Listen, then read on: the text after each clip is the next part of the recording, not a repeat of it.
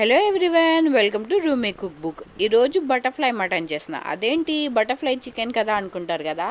Chicken ఏముందండి, రొటీన్గా చేసేది కదా, అందుకే కొంచెం వెరైటీగా ఉండని మటన్తో ట్రై చేసా. ఫస్ట్ అయితే ఓ పావు కేజీ మటన్ తీసుకొని చక్కగా వాష్ చేసేసి కుక్కర్లో కాస్త పసుపు కాస్త సాల్ట్ వేసి నేను బాయిల్కి పెట్టేసా.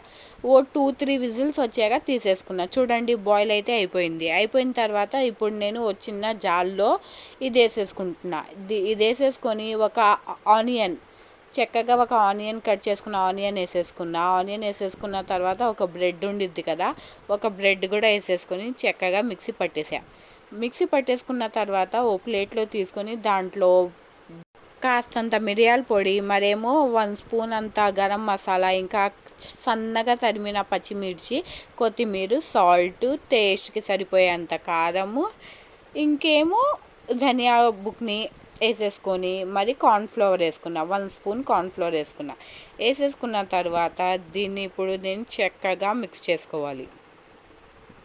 మొత్తం బాగా మిక్స్ అయిపోవాలి. అప్పటి వరకు చక్కగా మిక్స్ చేసేసుకుందాం.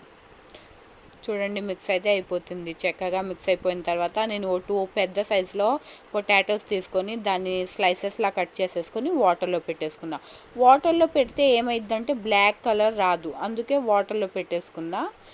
ఇప్పుడు చూడండి, వాటర్లో నుంచి తీసేసి ఒక క్లాత్లో పెట్టి మొత్తం చక్కగా దానిలో వాటర్ ఉండిద్ది కదా, ఆ వాటర్ తీసేసిన తర్వాత ఈ మటన్ది ఏదైతే మిక్చర్ పెట్టున్నాం కదా, దాన్ని ఏమో రౌండ్ షేపులుగా చేసేసుకుంటున్నా. ఏ షేప్ కావాలంటే ఆ షేప్ మీ ఇష్టం అండి. షేపులుగా చేసేసుకొని చక్కగా రౌండ్, దీంట్లో మేము బ్రెడ్ అది వేయడం వల్ల చక్కగా రౌండ్ షేప్ అయ్యింది చూడండి.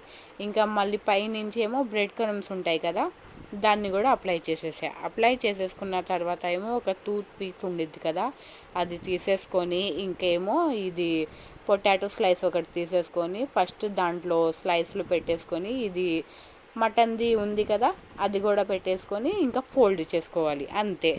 చూడండి, ఫోల్డ్ అయితే చేసేసుకున్నా.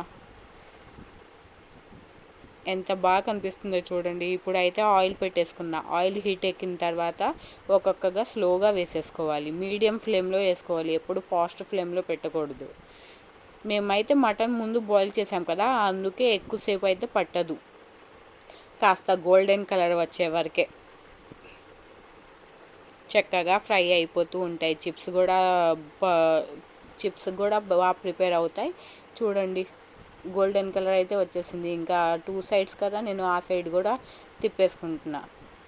ఎంత బాగా కనిపిస్తున్నాయంటే ఆ స్మెల్ చేసేటప్పుడే మామూలుగా ఉండట్లా.